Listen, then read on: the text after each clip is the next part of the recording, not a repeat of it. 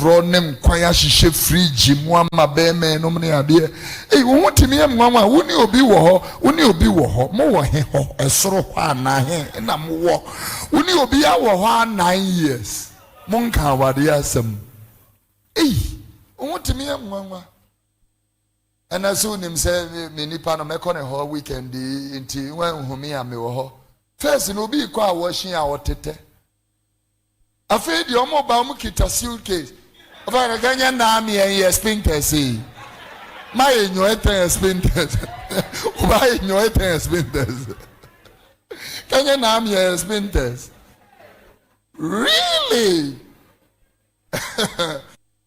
Itimenya me nwanwazo obi timi sori ano paso okwa adwuma no akra so okwa adwuma no opon firi adwuma a wotimi yira ne fie kwan no akopie obi fie akoda obi mpaso onabo okwa adwuma no a wotimi firi hono okwa esemuso de bi say wada worma e-levy betting tax ana taxes bi a Ghana for esu hono na dwenkyere pa no say erade yi adom a ye appointing as a finance minister budget edikan ya odeba parliament saade na edikan abani betwam abani betwani nyina e twa ne bet my bet and that's an friend and yeah our bet come for Jimmy Sunday the minya kwai minya madwuma na minko so I did my bet and yeah our bet why that be so my bet nim Abraham kan na udi musika die to force honorable at force only for part of Wadawruma. And some said to be said, Wadawruma e-levy, betting tax, and a taxes be a Ghana for a swan on a drink sepano say, a radia more, ye appointing as a finance minister. Budget a decay or deba parliament, sad in the decay. Abani Bechem. Abani Bechem, bet. My bet. And that's an friend. And yeah, our bet. Come for Jimmy Sunday the minya kwai minya madwuma na minko so I did my bet and our bet why that be so my bet nim Abraham kan na udi musika die mumpong dia muton honum ana me yamu bibi osi mumpong dia muton honum mumpong no if they say pong it means close yes Munjai. Okay. Stop. If you say Mumpon, there's like I'm going to go and they are closing. Mumpon, they are muton. Stop that thing.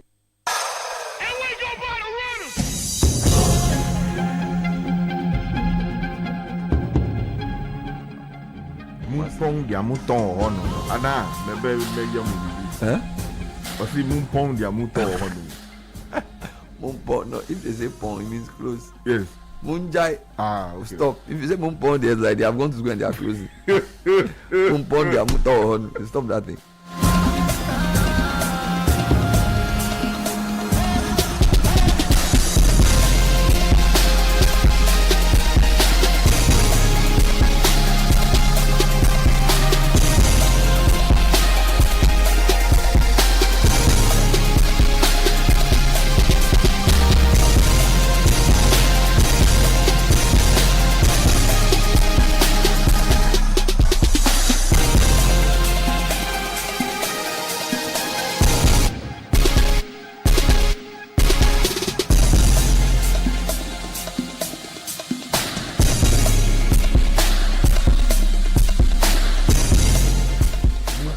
Muton honum ana me yamu bibi osi mumpong dia muton honum Mumpong, no. If they say pong, it means close. yes Munjai. Okay. Stop. If you say Mumpon, there's like I'm going to go and they are closing. Mumpon, they are muton. Stop that.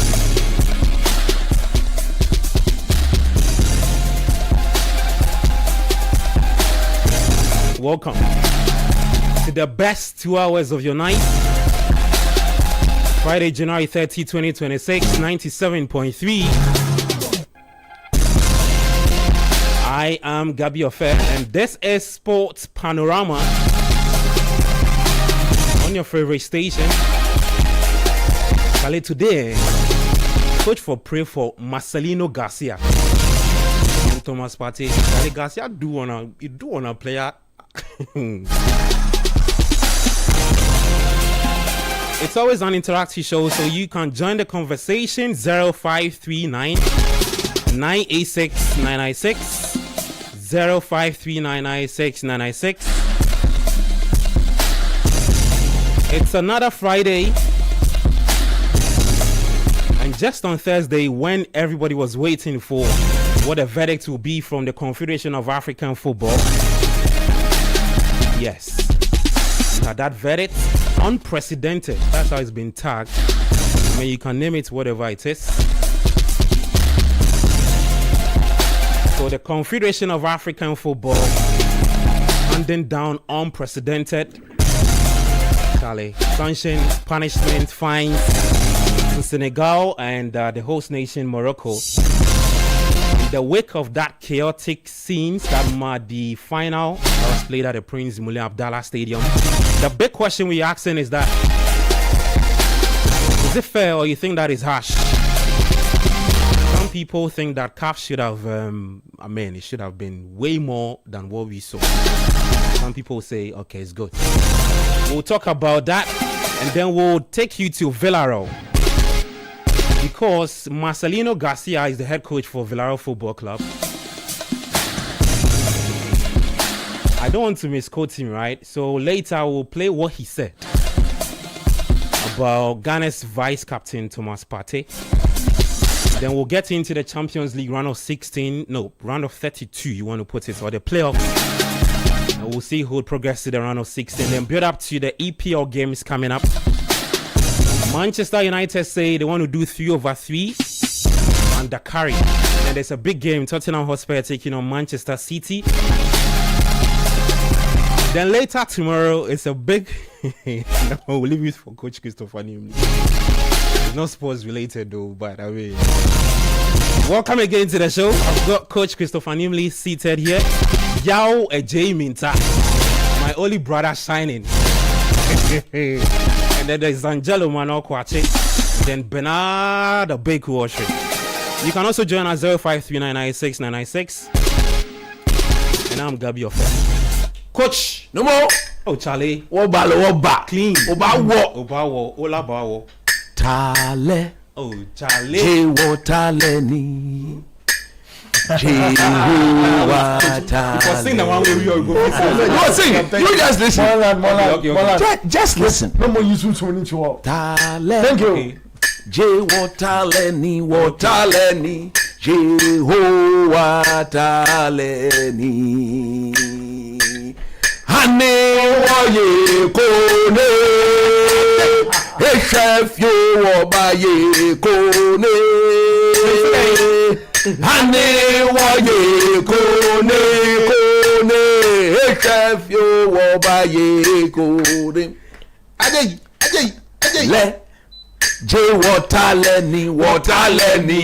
Jehovah taleni. What talent? Hane woye kone. Make us obaye kone. Awo Yehowa hane woye kone. Make us obaye kone. Oye musuve. Eshengo mojo. Bagbemiye. Aye. Awo. Oye musufe, eshengo mojo, bagbemiyo, kogbe wotai, tele mo bwente tele, awo kogbe wotai, tele mo bwente tele mo. You know, bale ba, awo bale ba.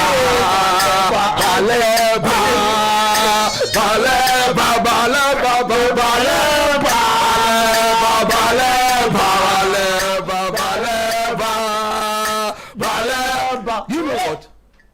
Clean. Echo. Yeah. Echo of this house. Yeah, you mean Echo Kumsin? Echo Kumsin. Okay. Echo Kumsin. This is a special request for Echo Kumsin. Mami nyankwa. Mami nyipa. I'm all fancy. Man, I'm in the bar. At that 1 second, I'm saying you film. You have to put Okay, check maybe. One of channel. That's 1 minute. Me say I don't call midfield. Yes, now make sure a block the channels. No, in between indiscipline. Block the channels, but not indiscipline. The dorsal. And I'm saying, course, ball now, yeah, ball. Under 1 minute. Chamatio. Your boss. See you on Casatio. Tametio. Them now a top 3-3. Me show me bench no tactical me show me to echo. Me pede enko block them channel. Because them channel the one and go for pede. One for to count on. Yeah, man.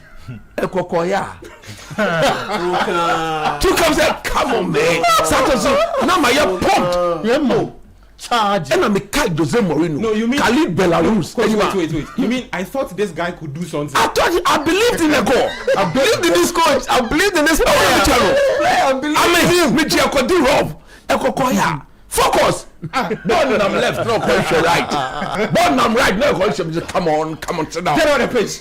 And I'm saying, hey, Echo. Come on, Kuma. Come on. Echo, Epede Kuma. Charlie.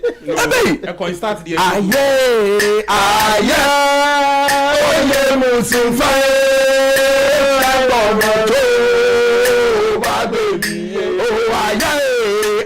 aye, oye musufa.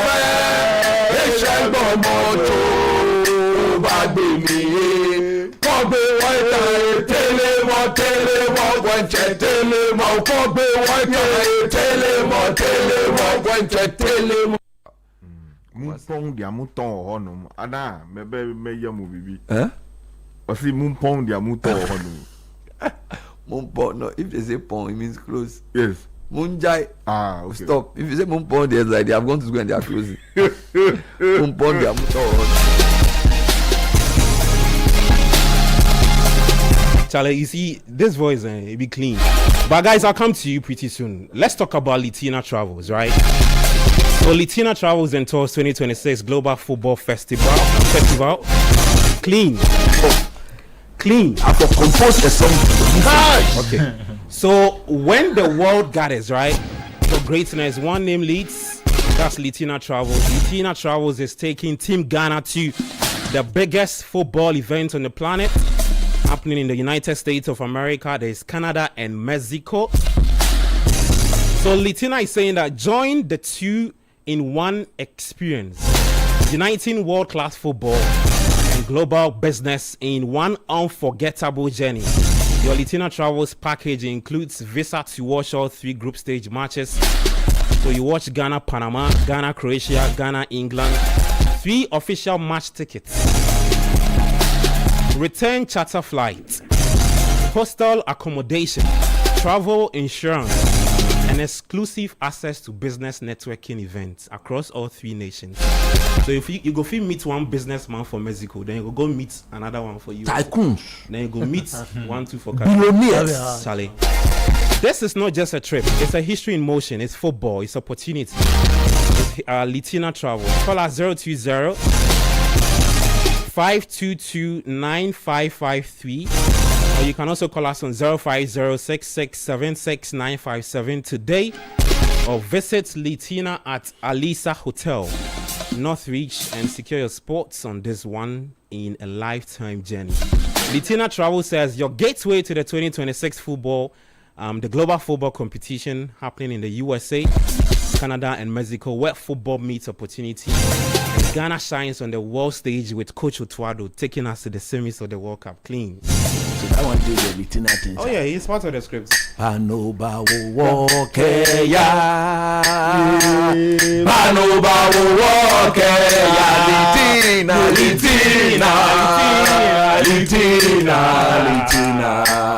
Panoba wo wokeya. Litina the carry Charlie, clean. If they carry Ghanaians go, Yeah, you go meet Latina travel and say they carry we go. where you go meet business tycoons. Litina,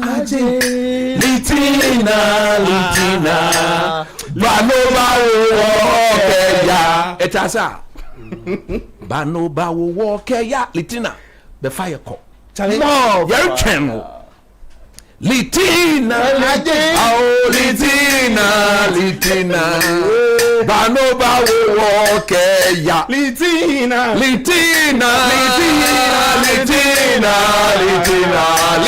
Banoba wokeya. Oh, Litina.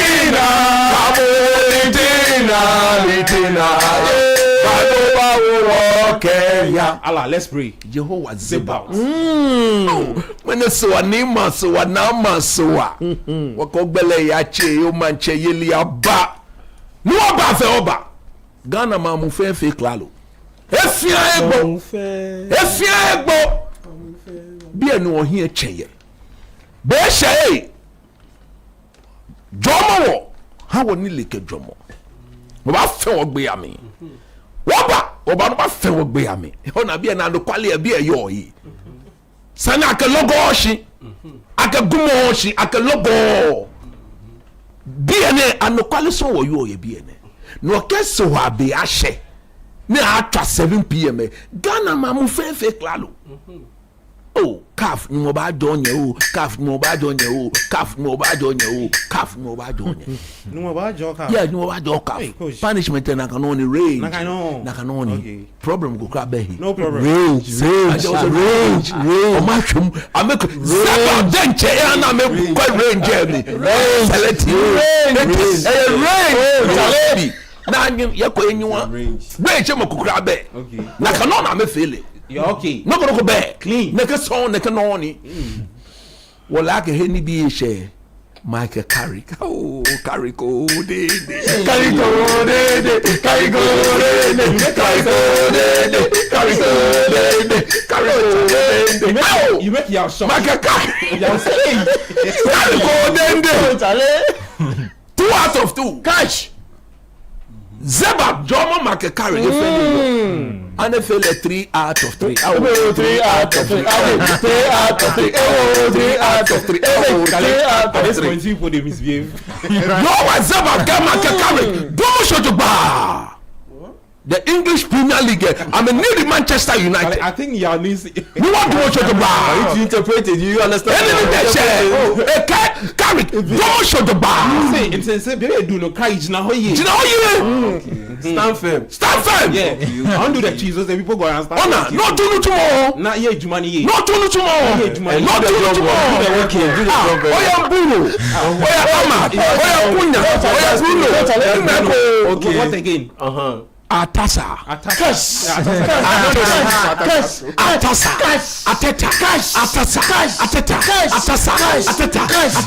Oh, Charlie. Me na Atasa fio ne. Me na Atasa fio. Won't qualify. Me free take. Le no ba wo kape. Atasa ni bula boy. Ateta ni bula boy. Ateta ni bula boy. Ateta ni bula boy. No wa ke bule ba ba ateta. Ke shi na no. Ye Yesu gba me. Amen. Charlie, the YouTube guys, and we love you too much. No, you see, you be hard. You see, Sweet Kwame, Kobiowusu, Dennis, what? November 227, Query. Oh, bro, clean. No, you be hard. You see, before we even go sign in, and then we get 665 people already waiting. Yeah. On YouTube. I mean, like, I'm not calling be a yo. And this one, you know, be say it be fake. Oh. Generic. No, you did it. Clean. No promotion. No ad promotion. Guys, let's get talking. We did it. Let's start a conversation from the doorsteps of the Confederation of African Football. So I just want to lay, just in case for the uninitiated, I just want to lay what the sanctions were from CAF. Benin Jude Duncan. Mr. Duncan. Mr. Duncan. Guys, you hear the latest song in town? Which one? Give me the lighter. Hey. Oh, give me the lighter. Hey, Charlie. Who composed that? Who composed that? Oh, you don't hear that thing. I should speed over. Give me the lighter. Give me the lighter. Yes, so if I say, give me the lighter. Oh, Charlie. They respond, lighter. Lighter.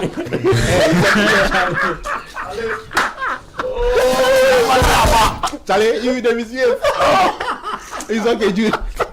I shot him. We like that. You go check that with some Chelsea agenda. I know. That's why I'm busy. That's why I'm asking. We like that. So let me just run our listeners and viewers through the fines, right? And what the charges were from the Confederation of African Football. Let me start off. What was dished out to Senegal?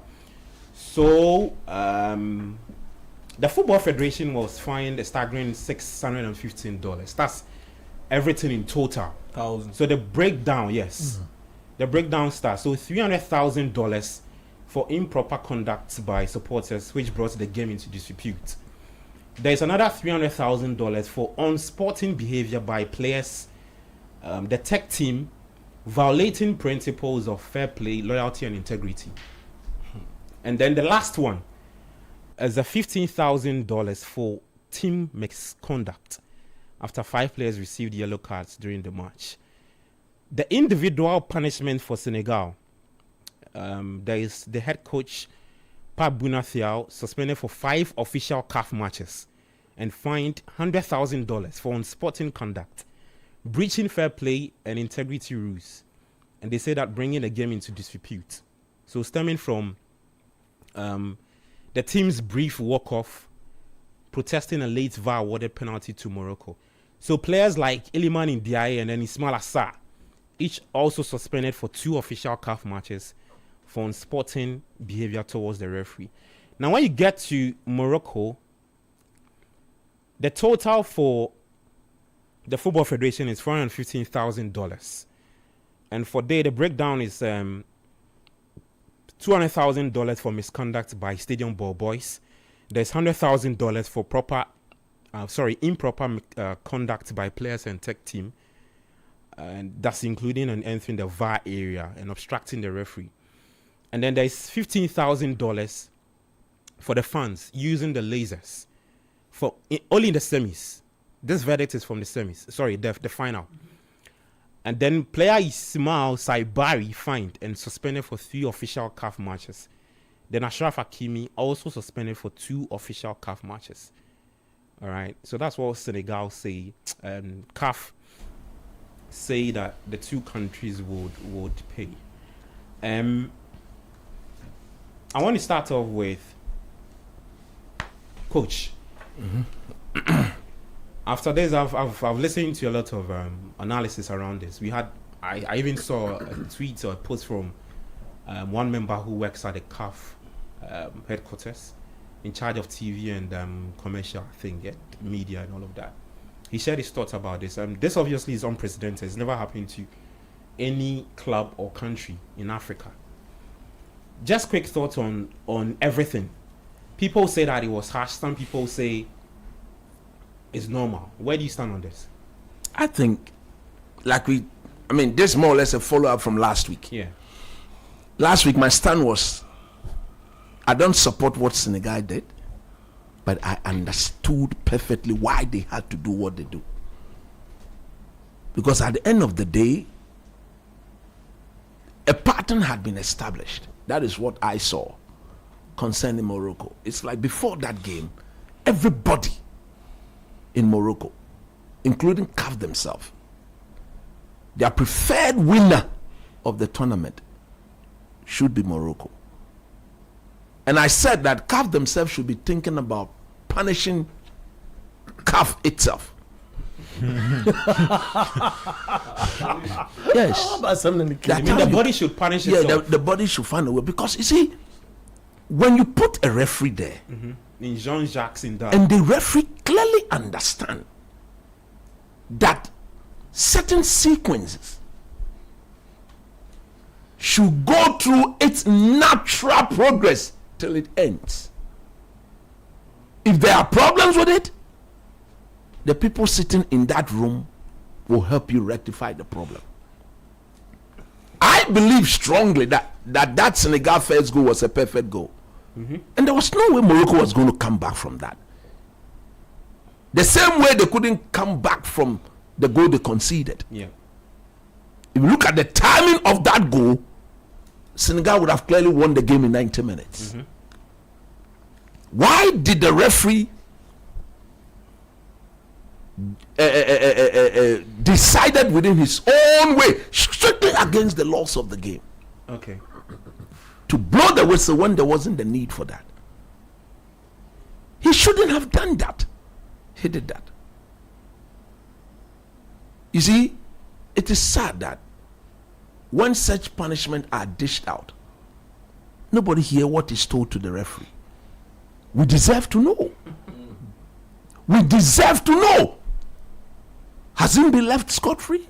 Well, today there was an update though. I tried to authenticate that. But from the quarters that it was coming from, the reports were that Jean-Jacques Ndala, CAF says that he's clean and that he's been taking. I'm not surprised they are saying that. And I'm coming. This is what I told. I think I told Bernard this, that look, I see it from two views, because CAF will look at him and say that in not in the public's eye, in the room, to say, look, I think you did a shambolic job, but to come out and put out a statement condemning him in that final, I don't think CAF would do that. But you want to so in the public side, they wouldn't come and say that Jean-Jacques Ndala was bad. Not condemning him per se, but clearly acknowledging that decision was against your own rule. And therefore, going forward, every other referee should allow the rule to play. So you see, once CAF themselves didn't see the need to punish CAF, I then, like I said last week, if you look at the punishment, there's a range for the two countries. So I expect them to look smart. People were calling for Senegal to be banned. Senegal should not be allowed to go to the World Cup. Hey! And the last one, they should bring the trophy back. They should bring as we speak, they say, I hear Morocco has even appealed the decision. Yeah, I hear Morocco would to maintain Senegal as champions. And Morocco would want to take it to the next step. We can go and do a replay in their president's room. I'm telling you honestly. Look, when we're children, or when we're kids were coming up, it's a thing for you, Alaba loss. Yeah. Thing where it be your own, Alaba loss. It never lost. If they like, they should call a replay. They should go and play it in their presidential palace. They should make their president the referee. You mean they'll lose again? Yes. Now you're talking like Azuma Nelson. Debbie, Azuma Nelson can say, I know, say, Okache the Fennec. Yeah. Mammy, the Mija Jiba. Mija Jamacha de. Me Boku, a beer basan. Now one say, yes. Who bring a touch ne anti-clockwise? I don't know what I say. That's a brain touch ne anti-clockwise. So for me, I knew they were punished, but under the circumstance, I think this is a fair punishment. A fair punishment. Yes, I think it's a fair punishment. But that which I'm a bit disappointed with was the number of games given to the Senegal coach. I think the 5 games, in my view, is not enough. Edosu Dodo. Is it only CAF games or? Yeah, only yes, CAF games. Yes. Edosu Dodo. Because he didn't ask them to walk off the pitch. He called them to come and stand on the touchline. Go watch the clip.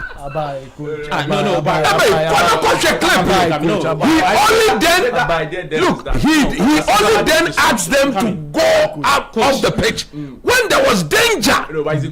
No, you and I were no closer to Papi Bunafia. And when he does this, where did they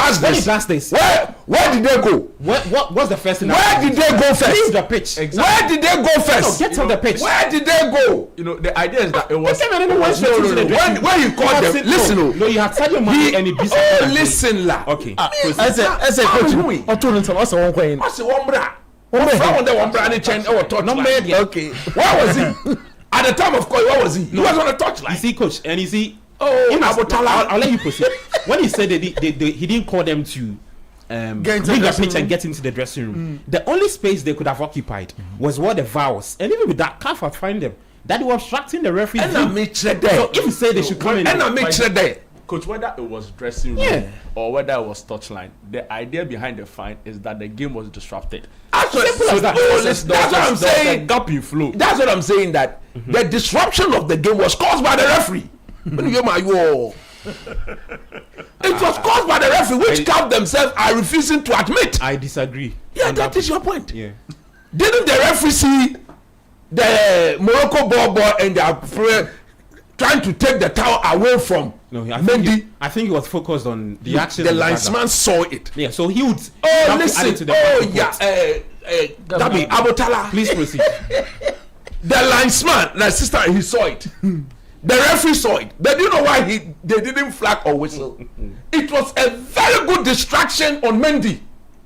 Because when we were doing that, the game was ongoing, true or false? The game was ongoing. So if Mendy had been a little bit distracted, wash it. Now what jubilate? What sort of refereeing is that? No, well, coach, So the point I'm making is that Yeah, the point let him finish. I'm making is that the Senegal coach, once the referee blew the whistle for that dubious penalty, confusion, players no fool, one black touchline. They stood there. Now, when did he ask them to finally leave the pitch? Was when he had engaged the Morocco coach, and they started beating the Senegal supporters. When they also started misbehaving against the same bad referee decision. This is deep throat sources. I'm telling you, Deep throat sources. Even with the one he says that they started beating the Senegal supporters. I disagree with that bit. no. What I'm saying that when they also started misbehaving, Because, no, it was- then the police retaliated. But normally you don't But do it's the that. Senegalese fans who started. And I'm saying that because Let's they were start being repeating cheated. When they were dead, the whole 80-something minutes, they didn't misbehave. They were changing their team. Okay. But it started a sissy one. Look, the emotion at that stage of the game, Jai. Nobody, look, the referee had. Is it the same emotion you used to sub Echo in that game? They be according to na from Onya- a simple way and the point I'm making is that see at that stage the cap is there, weeks, months of toil is just going to be brought to an end by one referee who thinks that his bosses had told him, making sure there Morocco for Obeji capital. And the game not ordinary I mean, I've said it. It became so clear the moment they got to the semi-finals. You see that lie officiating, that most people are trying to nicodemously manage. May I have a dissenting view to that. I believe he frustrated the Super Eagles, and I stand by that. I know he may not be cheating you play broad daylight, but he's frustrated all the 50-50 balls that would have aided the Nigerian to do proper transition. He blocked all of them. But it was all due to Chukwueze. During the penalty, Alacha had a perfect opportunity to put everybody to shame and rescue the situation. And Chukwueze called Chukwueze ball. I mean, how can they bring you on purposely to? But penalty shot. Oh no! Now you are going to play. He's in match fit. You are going to play the game. What are you talking about? Go back and blast the ball into the back of the net. The following week he went to England for Fulham. He went to score. Let's cut him some slack. He's in match fit. No, what is some slack? Yakofana is a slack. Not a slack one. Did he touch the ball while he was on the pitch? That's your man is slack. Yeah, he did. I'm a slagger. Yakofana is a slack. Me no coach. Me. Egumejuma. Ofitenu chumo ogbena obamidon. The punishment is clean. Okay. I agree that there will be there had to be. Maybe what some people are looking at the figures. If you juxtapose it against the money Senegal has made, 10 million. But I told somebody, Senegal said they spent close to what? No, is it 9 point something million 6 million, yeah. throughout their qualifiers. So now Senegal has run into deficit. Just almost the cow. Almost the cow. And the punishment they're nanging. That is clear. Okay. Nobody should go and talk about it should have been brutal. No, what is brutal? So some people say we should have handed Senegal some a stadium ban. Why in Senegal? So maybe their next was the match played in Senegal. Coming. So their next AFCON qualifies right in 2027, which with AFCON be if any country should be banned, if any country is supposed to have a stadium ban, it's Morocco. So absolutely. Okay. No, it's Morocco. I'm not saying not just so give it to Senegal. For the two countries. So they should start their next home matches for the AFCON the 2020 without their funds. How? Senegal for a while. What did they do wrong? Okay. Media. Look. How about docking them points? For what? For the next in the next Okay, AFCON qualifier. you see, why do you dog them point? Didn't they complete the I mean, game? it was two. Didn't they finish the game? They did. They won the game fairly, didn't they? Yeah. That goal was a perfect goal. That goal was a perfect goal. Look at the punishment they've given to Morocco. Most people are not talking about the punishment that they've given to Morocco because that one there is mere punishment, mellow punishment. Look at Hakimi. 2 matches, but then she should, one is suspended, then the other one they should serve. We know where Morocco is in the books of FIFA and CAF in particular. I hear when they called Hakimi into that room, they asked him to explain why he threw the towel. Gloves. They said Hakimi's response was that somebody in the stands instructed him that the towel close to Mendy. Juju. No, it's not Juju. It's for the medical team that came and probably left it there. Which medical for team? The ball boys. So Hakimi should. The ball boys from Morocco. So Hakimi should take it and throw it back. So didn't they see Mendy with the towel? And I hear the CAF people watch them like, bro, completely. What are you saying? I mean, because see, look. What I think CAF should do going forward. I mean, that is what I want to look at. Okay. I think they'll have to tighten the rules a bit. That going forward, no other country, for that matter, no football team should attempt to do what Senegal did. But in doing so, you cannot tell me refereeing is human. So when they make a clear error, it should just be swept under the carpet. Because some of these things are not errors. Intentional. Gani. No, just such people should be. But you see, in the next major CAF tournament, them referee, who's their friend there? Jean-Jacques Indala. Yes, from DR Congo. You realize again. Jean-Jacques Indala. You have to pronounce it well. Jean-Jacques Indala. French name. Jean-Jacques Indala. It is J-A-C-K. Jean-Jacques Indala. Jean-Jacques Indala. By the time you realize, he will be officiating one of the topmost games on the CAF says they are taking you to the World Cup. Look at that. Yeah, so them referee. What is he going to do at the World Cup? He's going to officiate it. To do what? Officiate high profile. Look, this man, throughout the tournament, my last point, throughout the tournament, officiating was very bad, isn't it? Yeah, I think yes. As compared to Cote d'Ivoire. Yeah. Generally.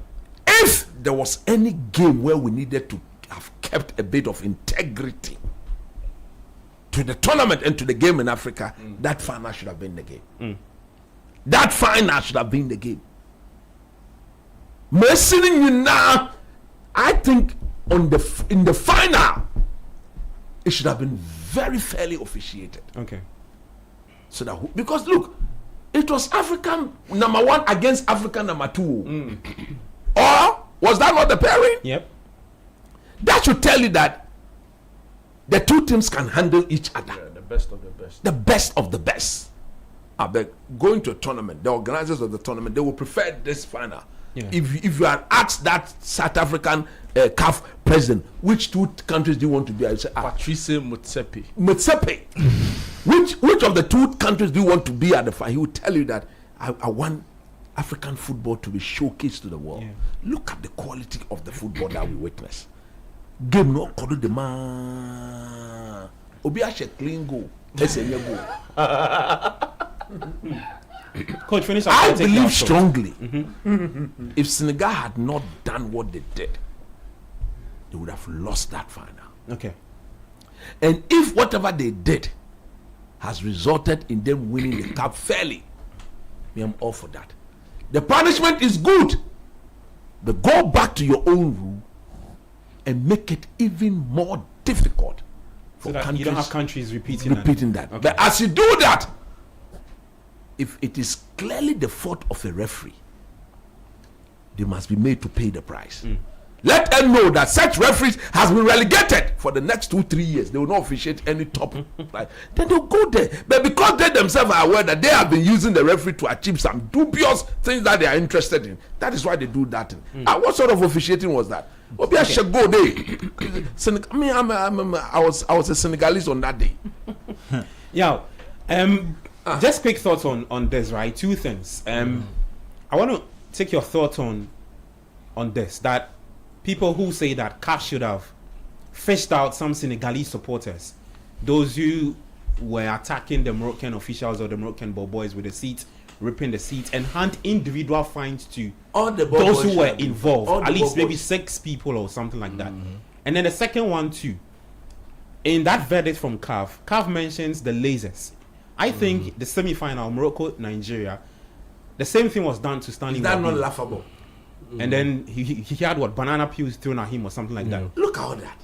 With CAF mentioning the laser thing, don't you think they should have extended that to what happened in the Morocco-Nigeria game? You can start off with the supporters bit. I think the thing is, once you are dealing with supporters, the supporters are there to represent Senegal, and it's football. They are not in a situation where you have a situation where is the Senegalese government that is represented. Football, or per the structures of CAF, which is a subsidiary of FIFA, it recognizes sports federations and sports related stakeholders, not political or government stakeholders. There is a situation where a government stakeholders can be involved, but in that situation, or in this situation that we are referring to, it was not the Senegalese government that they are dealing with, it was the Senegalese federation that they are dealing with. So in that sense, the supporters that came, it is the responsibility of the federation to ensure that they behave properly, because before you board a flight and move over to Morocco to go and support your team, you are not doing it in isolation, you are doing it as a collective group. And in that sense, you must be sensitized about the rules and regulations connected to the game, the tournament at large. And the tournament, yes, that okay, you can wear this dress, but you can't wear this dress. You can wear a t-shirt with no inscriptions on it, but if you wear a t-shirt that has political inscriptions, you can't enter the stadium. It's part of the rules. If you have a t-shirt that has inscriptions advertising a rival of a sponsor of the tournament, you can't wear it. That's on the federation to brief and to educate the supporters. So if the supporters are there, they are more or less an extension of the federation. So if they misbehave, it's a sign that you didn't orient them properly about the rules. So if they are misbehaving and you get fined, I think it's just about right. And to the second bit about the lasers, I honestly believe that the lasers, the punishment that was given to Morocco regarding the lasers is a representation of how poor or how loose the punishment was. Because honestly, these are countries that have qualified to the World Cup. Before they kick a ball at the World Cup, their account would have been credited with $10.5 million. If you are going to fine them for putting the most marketable, the best and the biggest product on the African football, on the African continent when it comes to football in disrepute, you can't find Morocco less than $500,000. You can't find them $500,000. They will not host their tournament. It is funny, like it is laughable. You can't have a situation where Morocco is fined $415,000. It's laughable. At least 1.5 million. At least 1.5 million, because even the lasers bit alone, it was part of the rules and regulations of the tournament. And they've broken it. That you shouldn't have lasers in the stadium. And I think it's a thing too with the North Africans. You shouldn't have it in the stadium. So there was a serious breach there. And how much was the Senegalese Federation fined for supporters behavior? $300,000.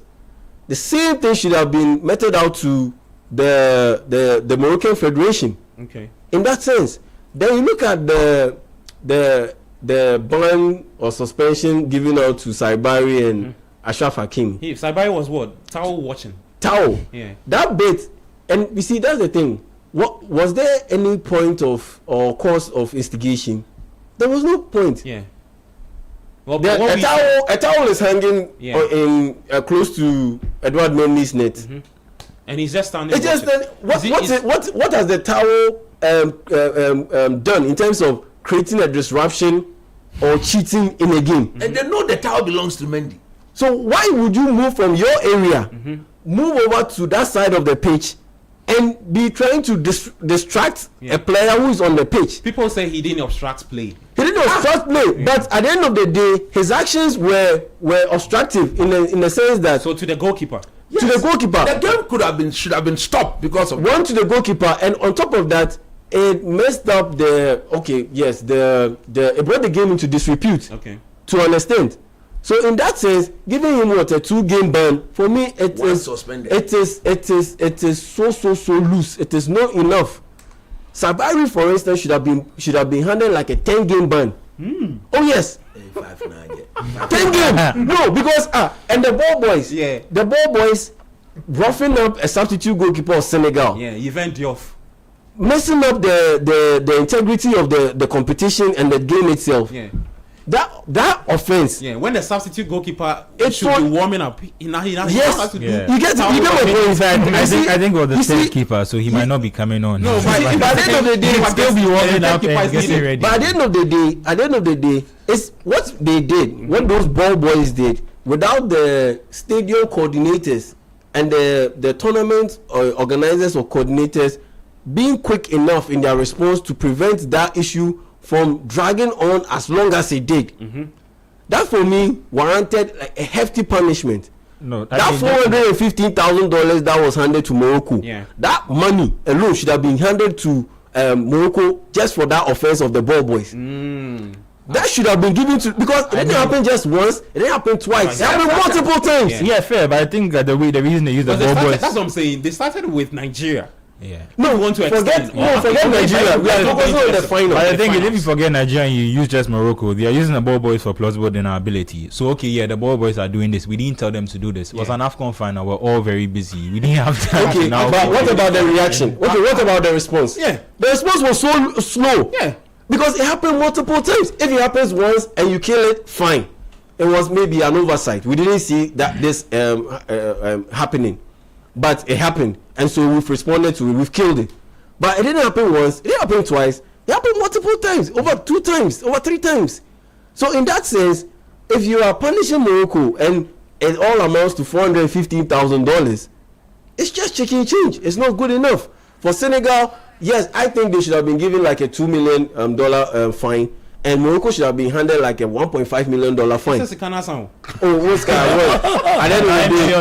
end of the day, they have, before they kick a ball at the World Cup, before they kick the ball at the World Cup, they will have $10.5 million in their account. So you take out $2 million. So you do that to ensure that you deter others from doing same. That is the whole point of punishment. But if you do this, with this rule, with this verdict, because you know what, Egypt will go do the same. Algeria will do the same, because money is not a big deal for them. I hear per the range. This is how far they could have gone. Yeah. They couldn't have done anything. That's why they labeled it unprecedented. Because nobody has received unprecedented such. The actions themselves were unprecedented. That is even one reason why they should have gone beyond. That's the reason why they should have gone beyond what the rule allows and set new parameters. Yeah. So because this is the first time that we've seen a game of this sort being handled in the way or ending up in the way it did. We've had skirmishes here and there. We've had these kind of situations pop up in group stage, but you know those 70s and 60s. It has happened, but in the final, we need to take questions. Yeah, just a second. If you read the rules too, Senegal didn't do anything. It didn't bend any of the rules. Like if you are to cause the abrupt end of a match, the timing, it fits into didn't elapse. For them to get such level of punishment. So that's what I'm saying, that CAF themselves should go back to their rules and try and tighten it a bit, so that people don't look at the rules and then find a way of manipulating it. Okay, you understand? Kwashi, I'll come to you and Bernard. Let me just take some messages. Right, by 8:10 we should wrap up on the CAF conversation. Morocco, Senegal. Manuel from Tema says CAF wouldn't see the need to punish the referee because he acted right according to their script. But the most important thing is the trophy ended up in Dakar. Okay. Nathan from Kaswa says, Atasa, with a laughing emoji. He says, hey, Sports Panorama. If you are listening for the first time, you think Latina be some shoddy be getting shouts. Daniel Harris Senado from Hacho says, hello team, CAF just want to take the monies given to Senegal and Morocco back. Also, I remember a panelist advised Partey to go to Saudi for cash, but he didn't listen. The GFA there going to walk out with Otuado, who needs additional backroom supporters or support, tells it all. Bernard, how do you pronounce that name? Which one? Oche? Oche. Okay. From Shaiho says, may I know what punishment has been meted out to the referee? I think the fine for Morocco should have been higher. Referees. Gabi, just a quick one. Because at the end of the day, what was their whole point in getting involved in the melee? Yeah. The referee handed you a penalty. Yeah. Senegal are pissed. Let them deal with the referee. But you jumped into it. There was no point there's no instigation point. Exactly. Then you jumped into it and you were fighting people, insulting people, like causing all kinds of mayhem. Okay. So for me, that punishment for Morocco, you think it should have been way more. Okay. Look, Senegal, they had cause to do what they did. Yeah. I mean, whether fair or unfair, they had cause to do what they did, and they should be punished appropriately. But for Morocco, what was their beef? Yeah. Okay. What was their beef for them to be able to act the way they did? Yeah, Chris says, Coach Nimley, you make my tummy self to pay me. I laugh in Tamaka. Okay, so cover the laugh. Yes. Paul from Bechele says, guys, this Indala referee can only be a fourth referee at the World Cup. He will destroy any of the games at the World Cup. He cannot even officiate Panama and Haiti. Aputo, Ishambasa. Okay. All right. Let me take some few comments on YouTube. I'll come to Kwachi and Bena. Lakadaisical. He says, Ethiopia bidding to host the next AFCON is great. Sweet Kwame says, I wish the Black Stars would do same so we can shout about it. Joseph Wilberforce YV5YY says, waiting for Coach Chris to cook Arsenal. Okay. Okay. Now I just skim through the messages. Let me see. This one is from Halilu Mahatma says, good evening. Fantastic show watching from Techiman. Okay. Lakadesika again says, CAF is pretending to be blind. Daniel Ajate says, Chelsea is in for the Champions League. Freshman T5X says, great show. Okay, there's a lot of comments here, so I'll try and read them at the tail end of the show. Kwachi, just snap thoughts on where you stand, Hash, okay, on the CAF verdict. I mean, the verdict, like Yao was saying, the events themselves are unprecedented. So the sanctions that were going to be handed out were definitely had to be unprecedented. So if this is as far as they could have gone, I can accept that. But my worry about CAF is I don't think they are taking too much time to be aware of what's the optics or how it looks like for them. I think last week on the show, Code made a point about how their refereeing director was sacked before the women's AFCON. Yeah. His name is Desiree, I can't pronounce the middle one, Desiree Namendes Due. Probably skipped through the middle name a bit. But he was sacked. The irony of this was that he was sacked because of a protest by Morocco. So if you remember the WAFCON final, Morocco claimed that Nigeria were handed a soft penalty, so they protested directly to CAF. And then CAF, based on that, decided to part ways with their refereeing, with their head of refereeing, their refereeing director. And I'm just wondering, optically, that looks very bad, if that makes sense. So, Morocco go and protest, and then they get a decision. And then in the contract, and then you go out with your next tournament where there's a decision which is made to favor, Morocco. But then when you are given a verdict on that, you don't come along the same line. And the irony for me is that if you look at that, the same thing with the women's AFCON, because Morocco were hosting it, there was a lot of narrative around about how Morocco were supposed to, everything was being set up for Morocco to win it. So to have two very similar events, but yet because of the same country is involved in both decisions, to be inconsistent in that decision making, I find that quite surprising. And Motsepe himself, the way he's been speaking on the issue As though nothing really happened much. I mean, if I can quote him here for a bit, he says, "We have over the past few years significantly improved the quality, integrity, independence, skills, and expertise of African referees via operators and match commissioners. We are determined to allocate additional financial and expert technical resources to ensure that quality and expertise of African referees are upheld." Basically, it's almost like he's admitting that there was a problem in the final, but not willing to. But that would be contradicting what the verdict of the CAF disciplinary boards is, where they said they had no problem with officiating. But then why are you all of a sudden making a public statement about how you're going to increase the financing to ensure that there's better refereeing at the tournament?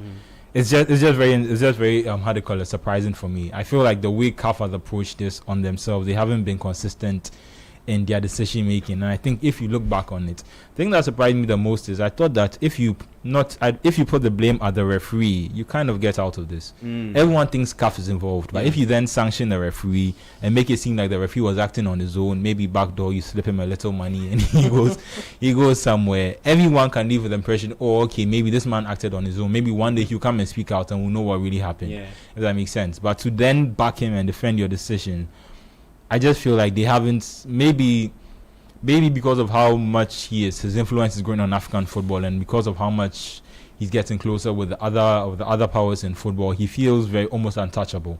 Because I feel like if this was earlier on in his tenure, he would have been more aware of how this would look visually, how he would handle this, and how it would seem. How it would affect African football, because as much as we don't want to admit it, this is setting a precedent. And if some teams look at the penalty and say, what, less than 500,000, we get to the World Cup, we get $10 million. I mean, if we don't agree with the decision and we think the referees, we can also step out, and if these are the consequences and if this is the precedent that being set, I think that they could have gone along, they could have done a lot more to make sure it doesn't happen again, and I don't think they did that. Bernard, quick thoughts on that? Look, I think this is the right decision taken by CAF. For the referee, I just feel they needed to protect the integrity of officiating here on the continent, and that's get a lot of officiating officials at the biggest stage, in the world, in the World Cup, to project what we are doing here in Africa. You recall in Cote d'Ivoire we had fine officiating. There've been a lot of controversies around Morocco because then they've won through. There was tension already getting into the competition because through their ranks, they've had a lot of successes in the year and the review. So it makes it quite cagey if the senior team themselves with the facilities, up, are not able to win the biggest accolade on the African continent. So for officiating, I feel that to protect the image of the continent, in terms of officiating, why they didn't touch the referee. But for punishment, I feel it deters other national teams. Should they want to get into the same space? What had transpired? Was it right? It wasn't right. But what does the regulations of the game say? Punishment method. I only feel that the coach, if you've gotten 10 games to play in a qualifier and 5 is already taken out, it makes the chances of there's a defending champion, right, getting into the next phase of the AFCON qualifier and getting into the African Cup of Nations. To take 5 games from Senegal already, not take 5 games, doesn't take, but the technical head, which is the coach, will not be available. And I feel that's a defending champion. And on a maximum 3 3-game ban would have been okay with more financial asking, putting them to asking them to pay a lot more in terms of money would have helped the situation. So I agree with the ruling, but for Morocco I think it's still it's still harsh for you. It should have been more. It should have been more. There's still gap between $615,000 and $415,000 Morocco, if we want to say Morocco didn't do anything that is demeaning enough to the image that we've built here on the continent, if you get somewhere between 500 and 15, then the margin is not that wide. Then we can argue in that sequence, because the coach had called the players to get out of the pitch, which we all do not agree. They had gone into an area which is not allowed. In football we have areas, and the players and technical members have direct access in zone A or zone 1, if you want to call call it. Yeah. But the manner in which they conducted themselves, is not good, and there should be something to serve as an example for other African countries to get out from. So for me, it's just the coach, Pap Thiaw. I feel 5 games and the amount, charges, and all of that. It's just a lot. But the country says they are standing behind the coach, and that's the most important. Yep. And they might just go in and what's the word? Appeal the decision of CAF. So let's just wait and see what will happen. We might come back here and talk about this case again. You never know. Okay. All right, 97.3 Sports Panorama. Gabi Ofe here with Coach Christopher Nimley, Yao Jeminta, Manuel Angelo Kwache, and Bernard Abeku Oshre. We're taking a quick break. When we come back, we'll talk about Marcelino Garcia versus Thomas Partey episode. And it's on Sports Panorama. And then we'll get into the Champions League playoffs, the teams to progress to the next stage. That's the round of 16. 97.3. We're back after this. Is there anything better than winning a bet? Well, with Betway's world first bet influencer feature, there is now. When you place a bet with Betway, you will generate a unique code. By sharing these codes, you will earn 4% of every wager in cash. And when word starts spreading, the returns start rising. No matter the outcome, you can score big. It's easy to create your own codes. Choose your favorite teams and send to your friends anytime, anywhere. So, what are you waiting for? Start betting, sharing, and winning with Bet Influencer. Brought to you by Betway. Watch the next video for all the details. Terms and conditions apply. Regulated by the Gaming Commission of Ghana. No under 18. Bet the responsible way. Betway. Get way more. Channel 1 TV is live on DSTV, GoTV, and HD+. On DSTV, find us on Channel 363. On GoTV, we're on Channel 117. And on HD+, get us on Channel 108. On a digital TV, run a new search. But take note that without an antenna, you cannot access Channel 1 TV. Channel 1 TV can be accessed on any free-to-air digital box, like the DSTV and HD+ boxes. Channel 1 TV, telling your story, empowering change. Citi 97.3. Accra.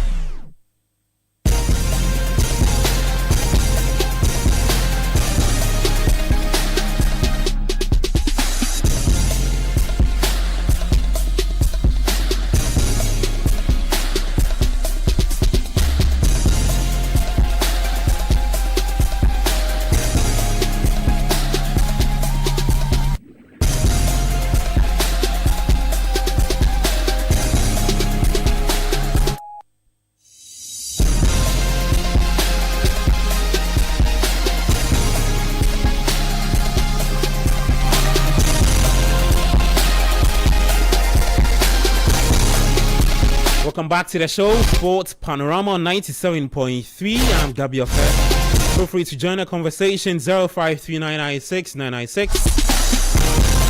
I've got Coach Christopher Nimley in studio with me, Yao Jeminta, Manuel Angelo Kwache, and Bernard Abeku Oshre. Let's talk about Thomas Partey and his coach at Villarreal. His name is Marcelino Angelo. Just take a listen to this. We'll back and talk more. Of the players who had an acceptable level, let's say. And so that's what we did. As for Thomas, I think Thomas, we know at Arsenal, well, there's a world of difference.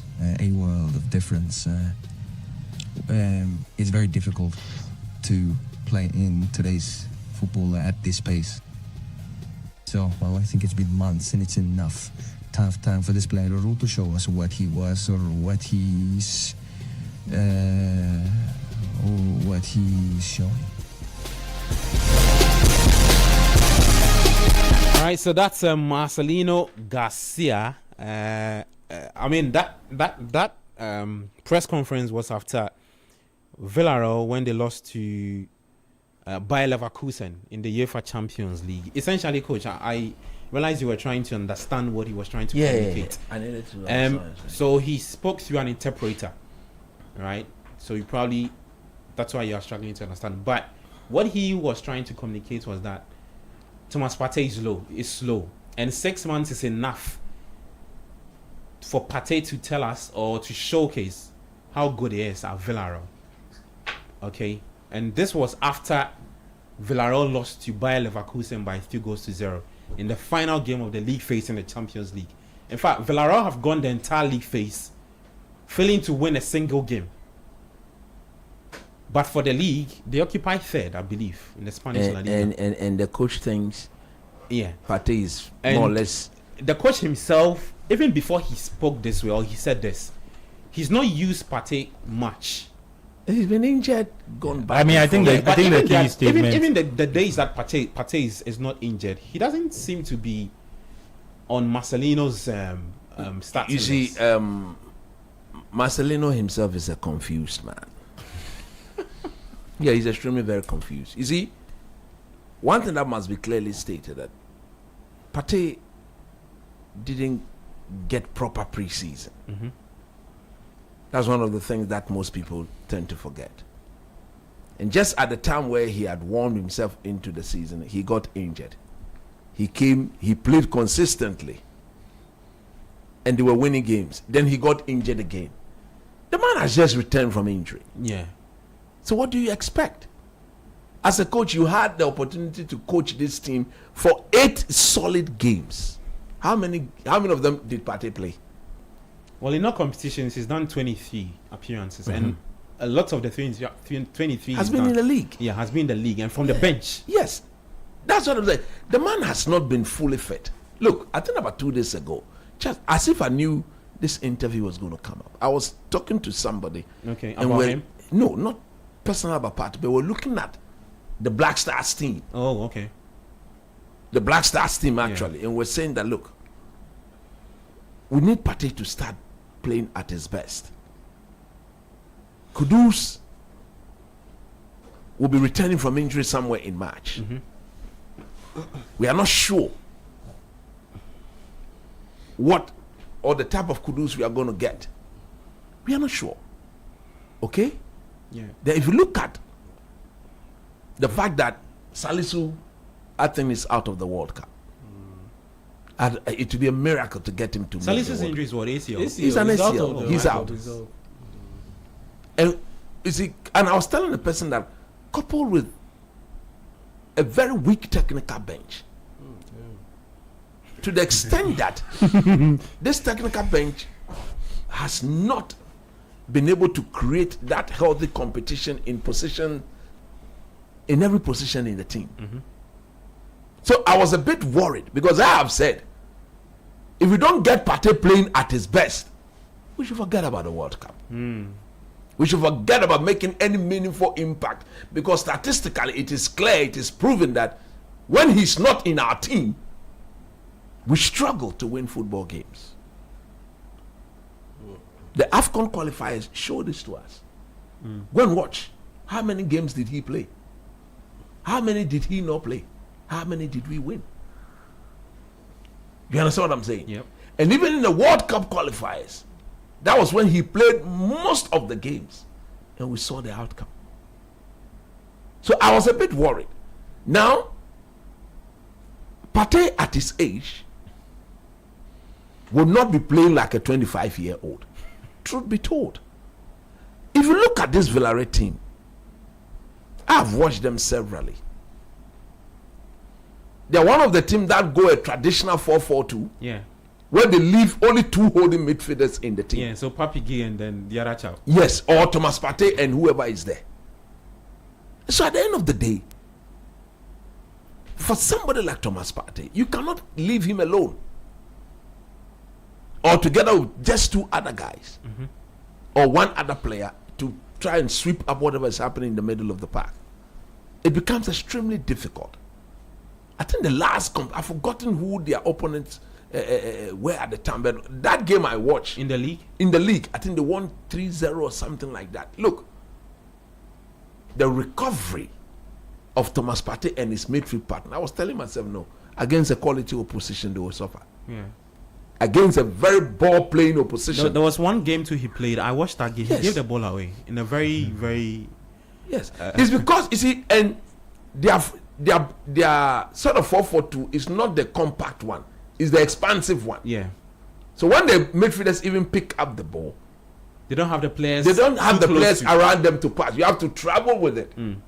So it's a tactical problem. I won't sit here to make an excuse. So you think Marcelino should have redefined Partey's role? Of course. Oh, okay. So the aspect of he not being quick, what was he expecting? That he should be playing like a 25, 26, 27-year-old? He's not. He's not that player. Because as a coach, you need your best players to perform.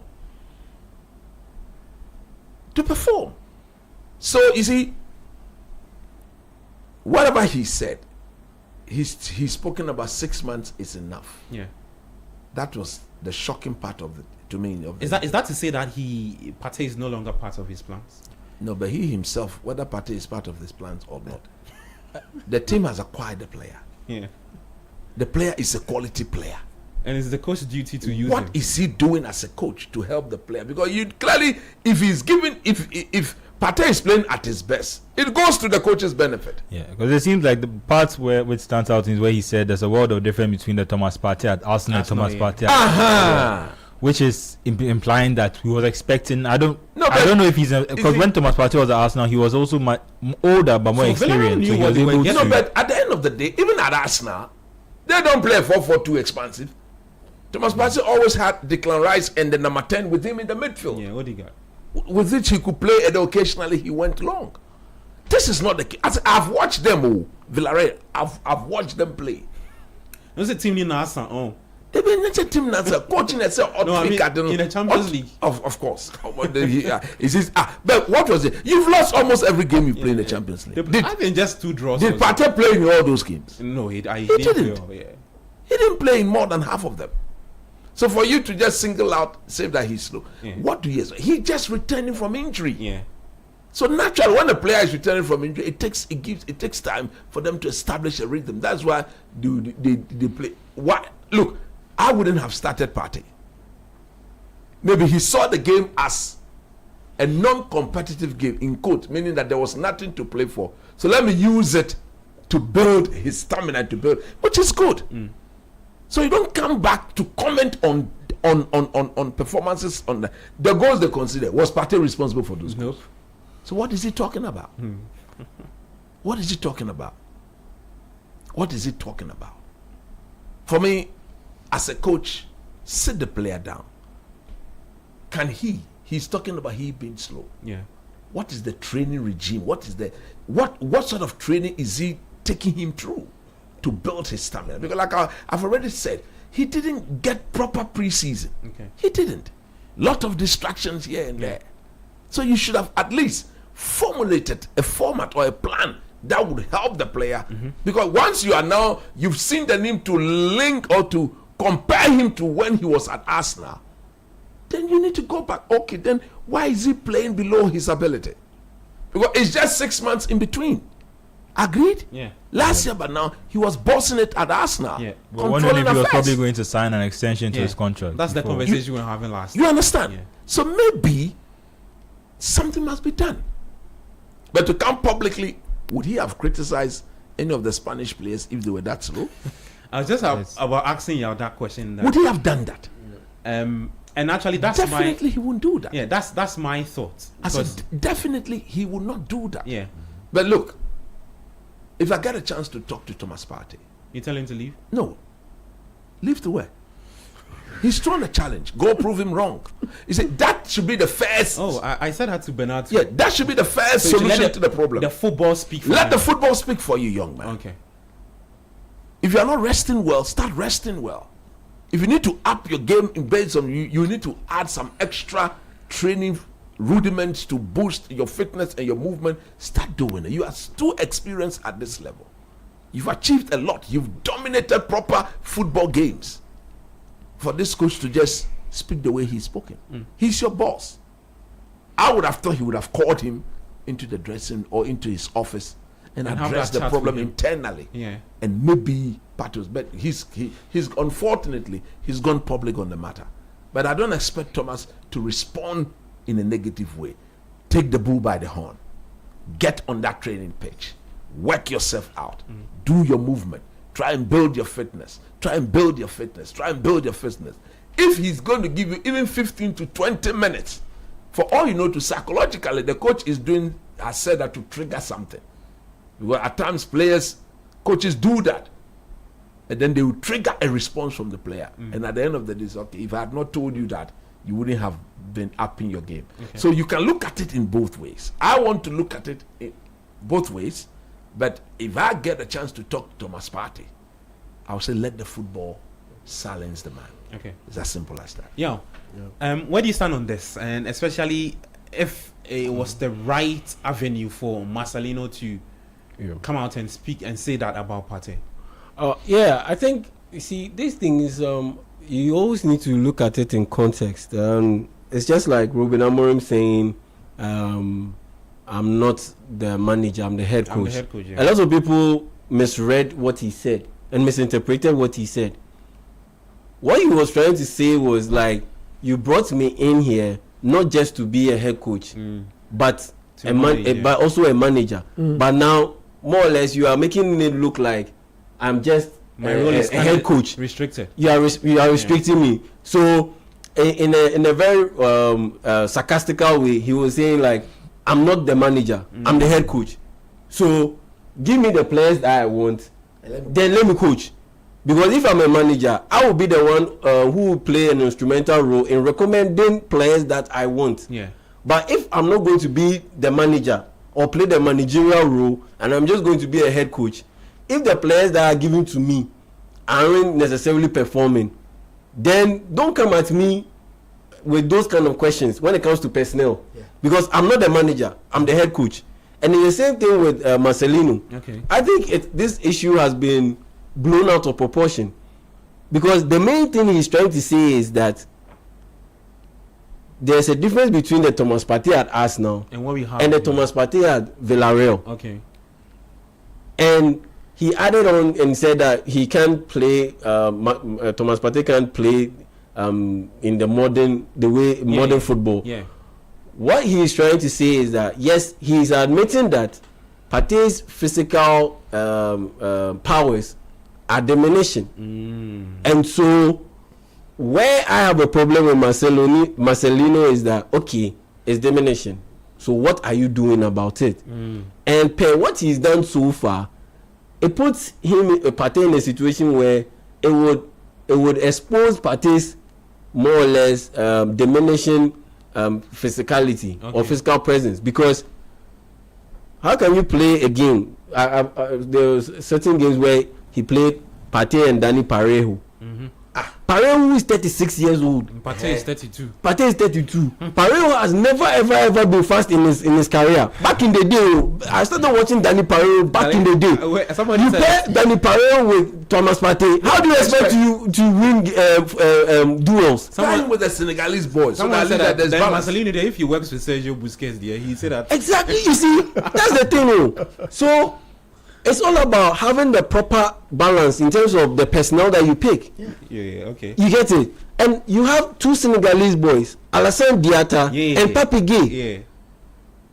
So if you want a situation where you have a proper balance of, brute strength, speed in coverage, and from a defensive standpoint, you go with Pape Gueye because Diatta is still raw. He's 20 years old. Yeah. You go with Pape Gueye. Then you pair him with maybe Danny Parejo or Thomas Partey, but you don't start someone like Danny Parejo and Thomas Partey. And there's also the Spanish guy, Santi Comisana. Yeah. He is not fast.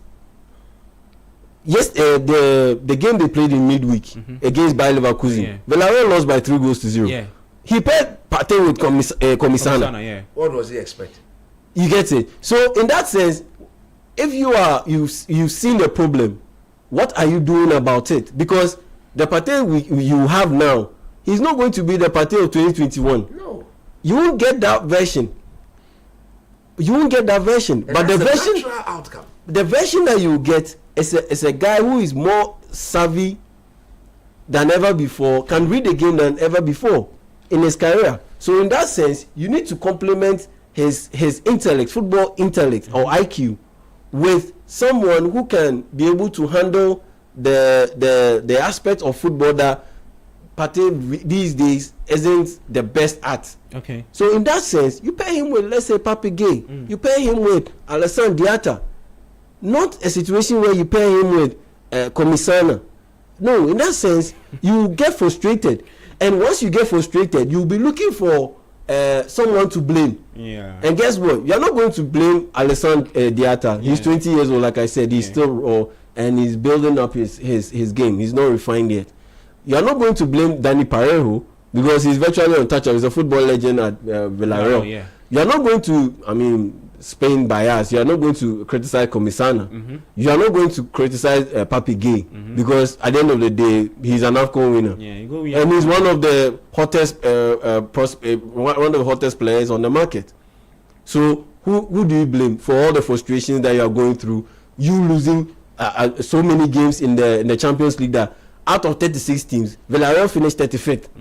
Well, that's you get it. Yeah. So frustrations will come in. So if you look at all the names that I mentioned, the midfield options that I mentioned, who is the easiest target? They were competing at the down there with Karat and Yes. Mati. Who is the easiest target? Like Karat and Mati. Yes. Per the players. Where they are from. Per the players that I mentioned. Who is the easiest target? If you are frustrated, you want to release some anger or some tension. So you feel Marcelino scapegoated? He scapegoated Partey. Okay. Because he is the easiest target.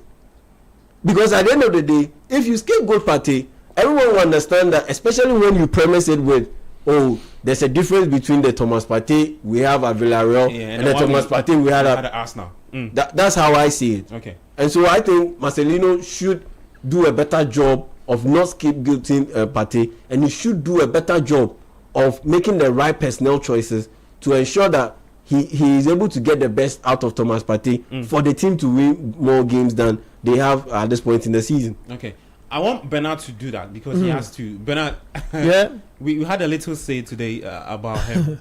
And I think Coach mentioned a bit of what I was thinking, and you also mentioned you have the final say on the party. This what's the name of the guy again? Marcelino Garcia. That's his behavior. Charlie, the boy say he's sharp as. That's his behavior. Oh, that's what he's been doing. Yeah. In 2016, this is the second stint with his football club. In 2016, he had the same similar issue when they came from preseason into proper football with a certain experienced defender in the fold. Who's that? I'll get you the name. Okay. And he said something to the club top hierarchy. Okay. Because he's a manager that's demanding, sort of rigid, yeah? And he wants things done in a certain way. So if he's not getting it in that manner, he tends to be frustrated. And it has revealed who he is, in proper sense. It is because he's able to qualify this club to Champions League football before. I mean, but he didn't do anything there. If you qualify for the Champions League and you don't win a single game, why are you qualifying? Thank you. Small point. I mean, the money is good for the club, but. So Toral feels or sees himself as one of the best coaches in Spanish football. I see. And that thing with his high demand and how he wants to play. Look, I don't think Villarreal is a club that goes into the market and buys top guys who play. Well, they spent a lot of money. They brought in over 10 players this summer. Numbers, 100 million. That was because they didn't spend a lot of money. 100 million is buying Jack Grealish in England. Yeah, and no, that was because they were going to compete in Europe. Yeah, but I mean, they sold a lot of players too. I think they sold Baena for about 40 million to Atletico. 100 million superstar is buying one player in England. They went a little cheap. That was the problem. Some free transfers. I like it that you are softening stuff for them and all of that. But I'm telling you, 100 million is buying one player in England. And for record, it is his mannerism. It is an attitude he loves to display. I see. when he seems not to get the best from you as an experienced player, then he begins to frustrate you as a player. And so you become the scapegoat in the team. So then you become the scapegoat. And then if the club officials are not agreeing with him, he turns around and recites one of his favorites, O-L-O yo. Oh, what's that? It says, either him or me. O-L-O yo. Yeah. That's in Spanish. That's please. Yes, please. I'm learning Spanish, but I haven't reached that level. O-L-O-yo. Oh, take your time. I say O-L-O-yo. O-L-O-yo. This guy. Let's progress. You get it? So Marcelino, tactical Marcelino. And it's this. I'm trying to get you the name of the player. In 2016. No, we can fetch that later. Yeah, that's what's that. Matteo Musacchio. That's it. He had a fight with him over the captaincy. That's the guy. And that's the reason why he himself. Prior to having the issue over the captaincy, he had that beef with the player where he thinks the player went to the Argentine team, returned injured because he didn't take good care of himself. He had fielded him in a preseason friendly. The player is not giving out his best, and he feels that he doesn't cut for. He's not of the at that level. The quality of that level of an experienced player he assumes you should be. So he fought the player, and then he lost his job. But this is actually key to your point. The club stuck with the players because he was bringing division in the club, and they sacked him. Yes, so he was a captain. So that goes back to Yao's point about how he's picking someone who cannot fight back. If that makes sense. So when he went against the club captain, he lost. So he's on the same trajectory. And if I may point out, Partey also is his subject is very sensitive right now because of everything that's happening around him. He's probably an easier target than most. Okay. This is just how do you call it? No, but a pattern of behavior doesn't necessarily mean that's what is happening here. The time they signed him and he played his first game, even sections of the fans booed him and all that. They protested and all that. So it's easy to target him because at the end of the day, it's more like say you can't say own background. And to be fair, like I said, to not win a single game in the Champions League, he needs someone to blame. Because there's no way a proper coach should be able to survive that kind of. He's just venting, and you can't vent against Danny Parejo. You can't vent, like I mentioned, you can't vent against Papegui. No, you can't vent against Comisana. I mean, he's Spanish after all. You can't vent against Alassane Diatta because he's 20 years old. Charlie. So who among those midfielders would you vent? It's so unfortunate. But it's extremely unfortunate. If we're Partey, you let him stay, let the football speak for you. The guy will sack the coach. The guy look at his position. He look at his position. I'm asking because some people said that he should consider go to Saudi. I heard that bit. But the World Cup is right here. The guy is just he's guaranteed selection. He's just been 6 months. He's just been 6 months at the club. Let us not behave as if Partey spent over a year. But it's a short-term deal. And it's already a short-term deal. And I agree. He chose to be there. Partey chose to go. For a league he knows, and not to be far away from England because of his issue, that had transpired during his stint to Arsenal and all of that. So he had decided to go to, a space that is super close that he can do all of that. He could have gone to Saudi because even before Arsenal had decided they wouldn't extend his contract and increase, salaries and increase, certain details of his contract structure and all of that. He had decided not to move to Saudi Arabia. He would have gone. So let us not paint the picture as if, Partey as a wasa, and he's just 6 months and he's going through a certain phase. Also married as well and all of them issues. So we should take a step. I say the coach will be sacked. Well, interesting conversation. Let me take one or two comments on YouTube. Then we'll talk about the Champions League draw. Nana Kwesi Date Bar 6885 says, so unfortunate. The coach Ankasan Hishanwa. Lakadesical is trying to also say the Spanish word, Bernard. He said L-O-yo, meaning either him or me. So L-O-yo. Coach, you or me. L-O-yo. He said Partey is bigger than the club self. He should terminate his contract now because if he loses and moves on, okay. Coftown Babe says the Villarreal coach isn't tapped and seems to have personal issues with Partey, which may stem from the allegations and nothing to do with his football abilities. Like Adesika also says, whether the player is in decline or not, you don't single out a player for your shambolic team performance. Coftown Babe says, the partnership has sealed at Arsenal. He would be a good squad player, but unfortunately, the UK environment with the unforgiving press will not allow him to thrive. Okay, lots of comments. Guys, let's talk about the Champions League draw and who progressed to the next stage. There's Bodo Glimt taking on Inter Milan. We'll just do quick thoughts so that we can also touch base with the EPL.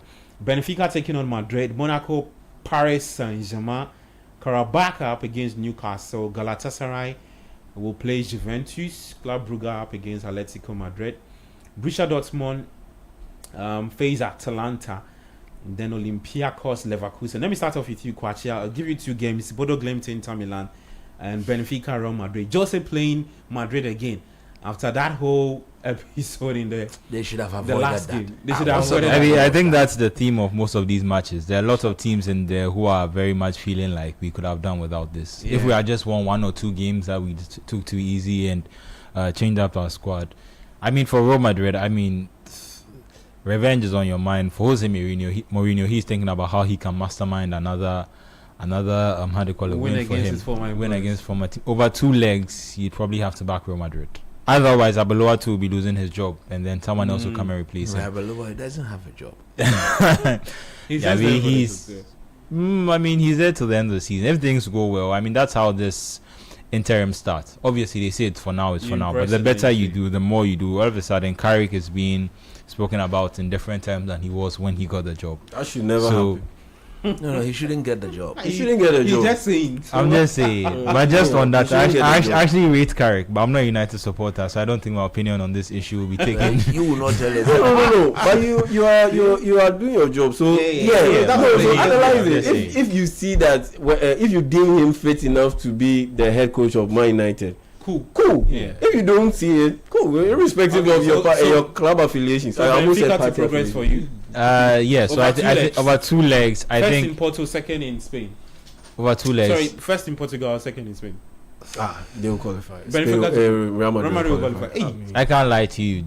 On the Jose Mourinho front, just because of, I can see a way in which he. Because if you remember, most of his classic victories have sometimes been over 2 legs. If you go back all the way to 2010, when he went through with Inter Milan against Barcelona, he was able to mastermind the defensive performance in the second leg. That's one thing I can trust him to. So I think in that game in particular, it depends on how the first leg go. If Benfica are able to get even a 1-0 or a 2-0 advantage, it'll be very difficult for Real Madrid in the second leg to break Benfica down. Okay. For Bodo Glimt, Inter Milan, Bodo Glimt have been quite tricky themselves. I'd back Inter Milan. First leg in Norway. Yeah, their last year finalists. Negative 9 degrees Celsius. But Bodo Glimt have had some good wins. I think they pulled off a positive result against Tottenham. They beat Citi. They beat Atletico Madrid. They beat Atletico Madrid. They narrowly lost to Juventus over there. I think they pulled the game back to 2-2. So they've been quite tricky for a lot of teams.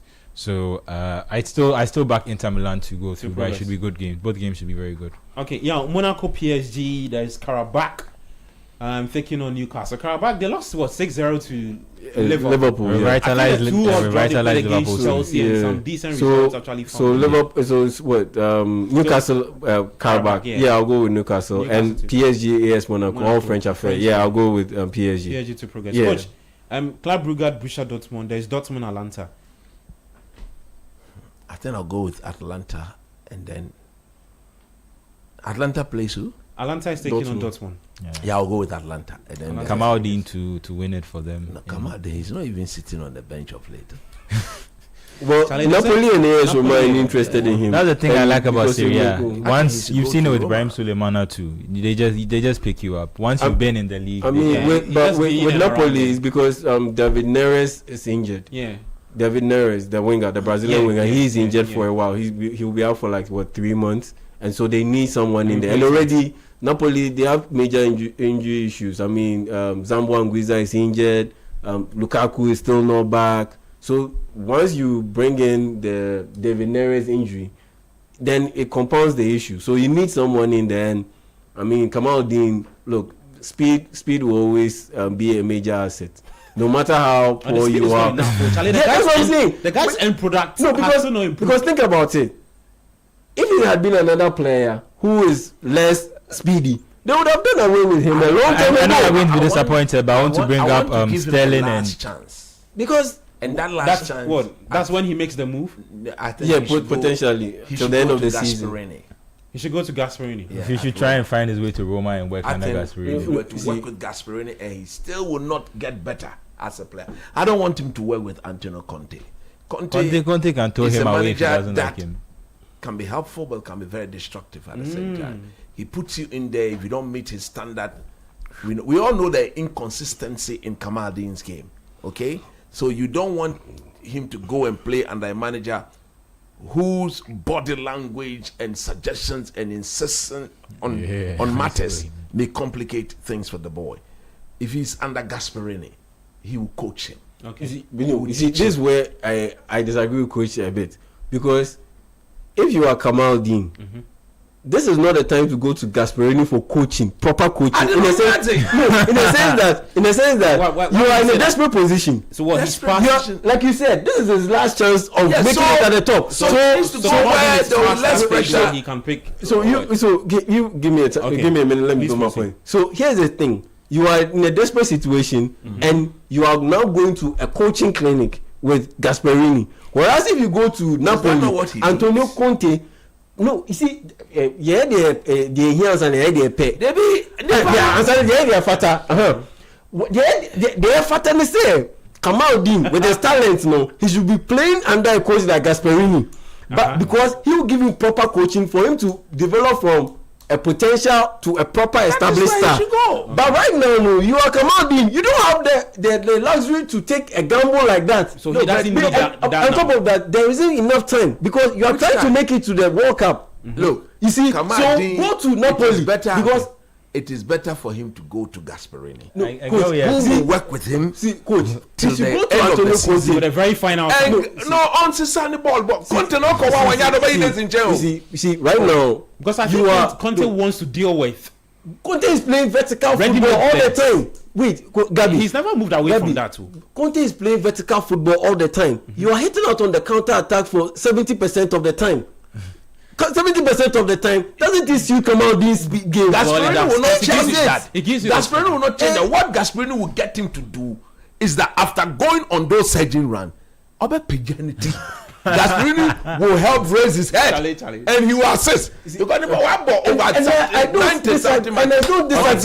don't disagree with that. All I'm saying is that Kamaldeen doesn't have enough time. As you said, that this is his last chance. Okay. And so go to where he's not in a situation like Ademola Lookman, who had been bouncing around Everton, RB Leipzig, all of those things. Atlanta now settled. Then he go to Atalanta and play for Gasperini. But at that time settles him down because he had time in his situation. What makes you think that Gasperini will go to the World Cup and go and make? So Gasperini built him up. You get it. Gasperini built him up. But you are Kamaldeen Sulemana. Yeah. You know that this is your last chance of making it at the elite level. If he doesn't make it with this Napoli or AS Roma move, the next time he will be playing or you'll be hearing of Kamaldeen Sulemana will be like Turkish league or Polish league. What I'm saying is, so Napoli for you. To Napoli. Coach, they are playing 70% of the counter attack. For me, go and play there. The man we saw him play counter attacking football at Southampton. Oh, Southampton will play possessive football.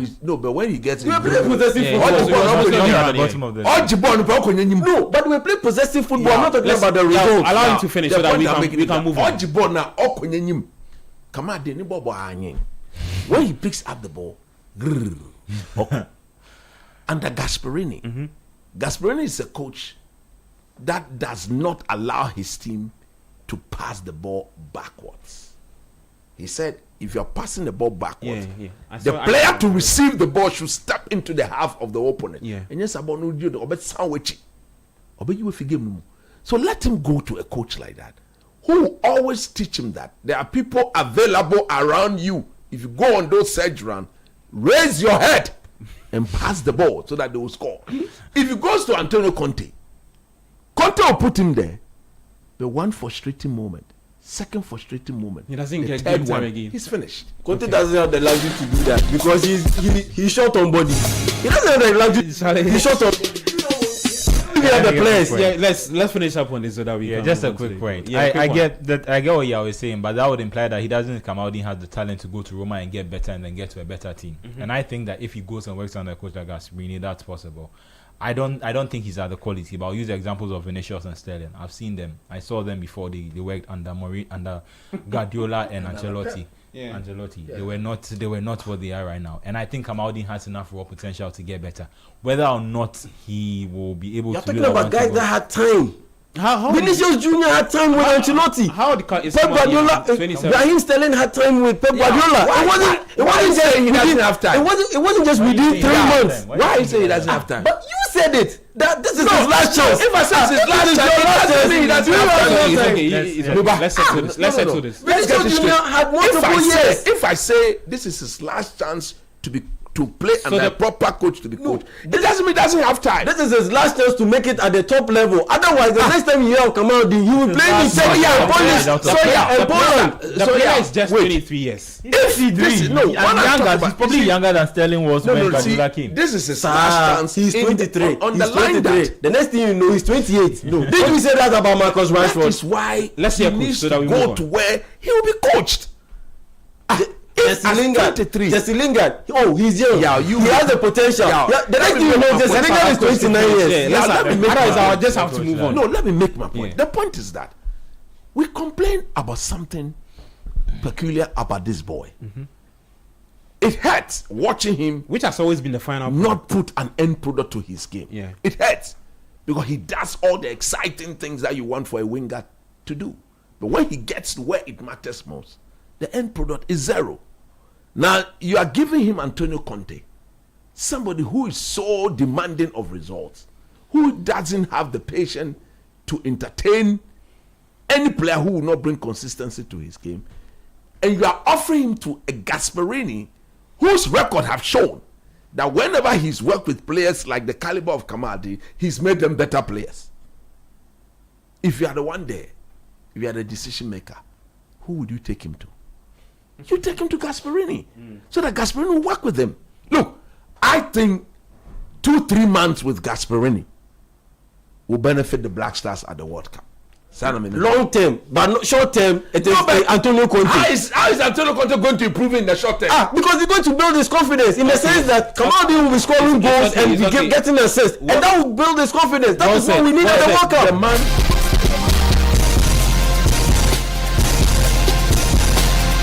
has made over 100 games. Now 6 or what? As we speak, and do 7. He will be playing on the counter attack of Rasmus Højlund. Guys, we have to move on. We have to move before you go. Before you go. Imagine Scott McTominay. That we all said that Scott McTominay's footballing career was football. As in game profile or his style, his profile as a player. Once he went to Antonio Conte, because it was very vertical, it suited Scott McTominay's style. Imagine Scott McTominay going and playing under Gasperini, which is very complex, with a very complicated system. Will not pick him up. You get it? Sign him. Because it won't work. So Kamaldeen Sulemana, the way his game is built, it's perfect for Antonio Conte. Gasperini will tell you Gasperini will tell you that you have to look at the half space and do this. A player who is desperate to get his confidence back, half space bang, hit on the counter attack, let's go. Charlie, see, hey, the people for YouTube, Charlie, it's a message here for you. Charlie, they say the young guy in Gaza, he does not have a girlfriend. Because all the things he says, he looks like he needs a woman in his life. I'll prove. Let's go. Let's get today. I've sent you something. Yeah, I've seen it good. I'll see. We'll do that. There's something I have to deal with. All right, guys, let's talk about the EPL. We'll finish up with the EPL in the next few minutes. On Saturday, there is Brighton taking on Everton 3 p.m. There's Leeds Arsenal, Wolves Bournemouth, Chelsea West Ham United 5:30 p.m. And then the final game is at Anfield at 8 p.m. Liverpool taking on Newcastle United. Question, let me start with you from the bottom. Liverpool's game against Newcastle. Who is taking this? Newcastle coming into this game high in confidence after trashing Karabakh by 6 goals to 0. Yeah. I mean, if you ask me without any bias, Newcastle. Liverpool. The thing is, I don't think Liverpool have just been surprising. Yeah. They've been inconsistent. So since the time where they lost the game against Leeds to the loss last weekend against Bournemouth, Liverpool were actually on a 13-game unbeaten run. You wouldn't believe it if you looked at the team. Yeah, or because if you a lot of heard the people news. focus more on that draw be I mean, a run is a run, and I just think that it was good to get out some. of the top 4. Those 13 runs in the top 4. Oh, don't worry, Carrick will come down. No, what I'm saying is that come down. there's no need to blow the trumpet of that 13 unbeaten run because most of them were draw. No, but that was at the point where Liverpool were 12th, somewhere 12th, 13th in the table when they've been able to get themselves closer to the top 4 to be qualifying for the Champions League. They could have been better, but I don't think in the Premier League this season, I don't think as many teams have been consistent, which is one of the challenges. I think if you even go on a little run, if you've been on like some 2, 3, 4, 5 game winning run, I think you can dramatically change your position in the table. Bournemouth are 13th now. They were close to the relegation zone when Semenyo was still there. Fulham were in the relegation picture, if you remember, above Nottingham Forest. They've put themselves all the way up to 7th. They are just behind Liverpool now on the table. So now I think that there's a possibility that Liverpool can go on a run. In midweek, obviously it's Karabag. So Liverpool winning? It looked like things were clicking. No, I don't think in the Premier League they've been able to sort themselves out, which is a challenge that I want to see Klopp now, Slot now try and address. Yeah, so I think that it should be a tight game. I'd probably go with a draw. A draw, okay. Yeah, a quick one. Chelsea West Ham United. Stamford Bridge, 5:30 p.m. Yo, Chelsea win. Chelsea win. Tactical Liam Rosinia. I mean, if you go away, beat Napoli. It's not me saying, it's a Chelsea. The confidence is definitely up. He's the guy. He just lost one game. That was even that game. You turn it around against Arsenal. And that one was mainly because of Robert Sanchez. Yeah, of course. Yeah, gifted 2 goals to so, Arsenal. Yeah, I'll give the win to Chelsea. Coach, please do Leeds United Arsenal for me. Arsenal lose. And the whole conversation about a title race with Citi. They can lose. Okay. Look, they just cannot afford to lose. Not even a draw will be acceptable. Arsenal are expected to go to Elland Road and get the 3 maximum. Anything apart from that, then they would have clearly allowed the pressure to be unbearable. Because like I've said over the years, they don't have what it takes to handle the pressure as at when it mounts. So you have to avoid that. You have to avoid that, especially when psychologically, if they get Man City or Villa, they are done with Villa home and away. Yeah. But psychologically, they are yet to go to Man City. And what they don't want to do is to make that game a decider for Man City. Man City knowing that if they beat Arsenal, they topple them. You don't want that to happen. Okay. And it starts from tomorrow. They will have to definitely get a result. Anything apart from that, Arteta, now Sumaya she rough. Okay. Let me stay with you. We'll do Villa Brentford on Sunday 2 p.m. at the Villa Park. Villa are doing extremely well. They played in midweek. Yeah.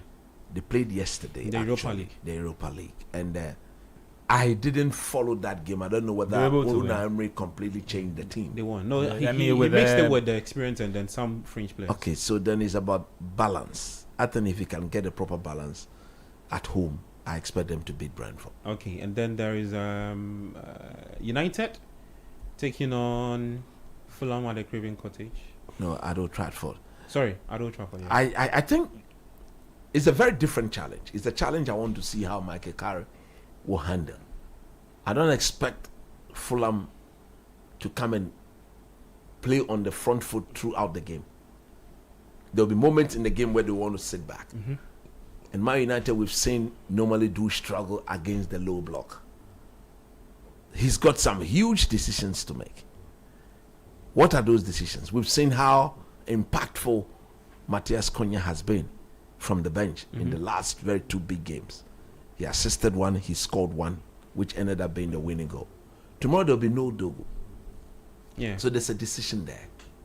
The decision between Cunha, Šeško, and Mbumo, and of course, Ahmad. At an Ahmad place, the decision will be whether to start with Mbumo as your number 9 and then Cunha, or take Mbumo out wide and then start with Šeško. I just want to see how he would do it. Okay. Because I think the Mbumo number 9 tomorrow will not work. That is my sincere opinion, because Fulham won't play a high line. They'll sit, and they've got 2 very tall defenders, and meaning that there wouldn't be the space to hit the ball in behind them for Mbumo to go and punish.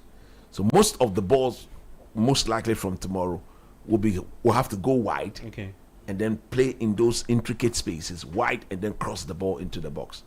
We all know that Šeško had a decent form until Michael Carrick came, but tactically he needed to adjust the team to play against Man City, and against Man City too, Šeško had a bit of a running problem with his stomach, so he didn't. Last week we all saw.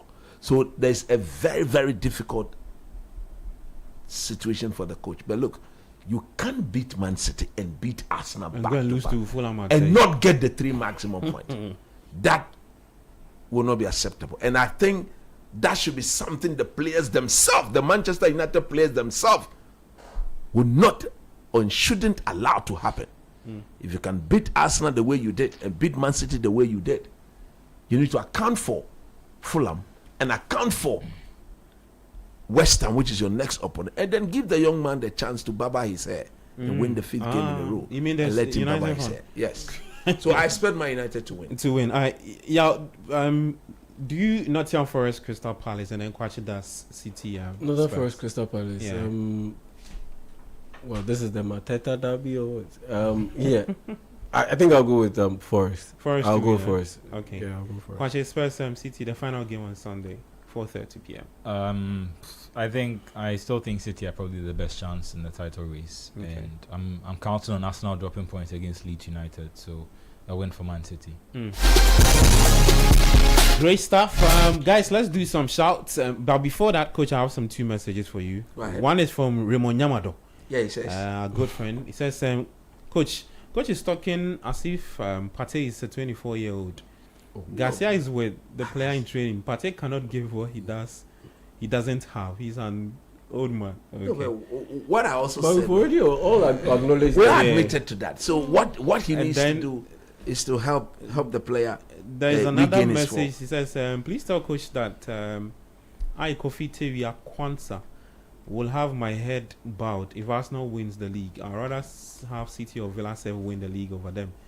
Hey. Yeah, boys, the talk things way. Look, Coach, you want to do some shouts? No, you do that first, because what I have. Okay, so I'm going to celebrate.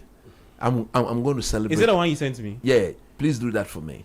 Charlie, the people that my name is No, you have to mention. Okay, so they are big guys. Obed Yao Anderson. Now go there. Yeah, big shouts to be number 1.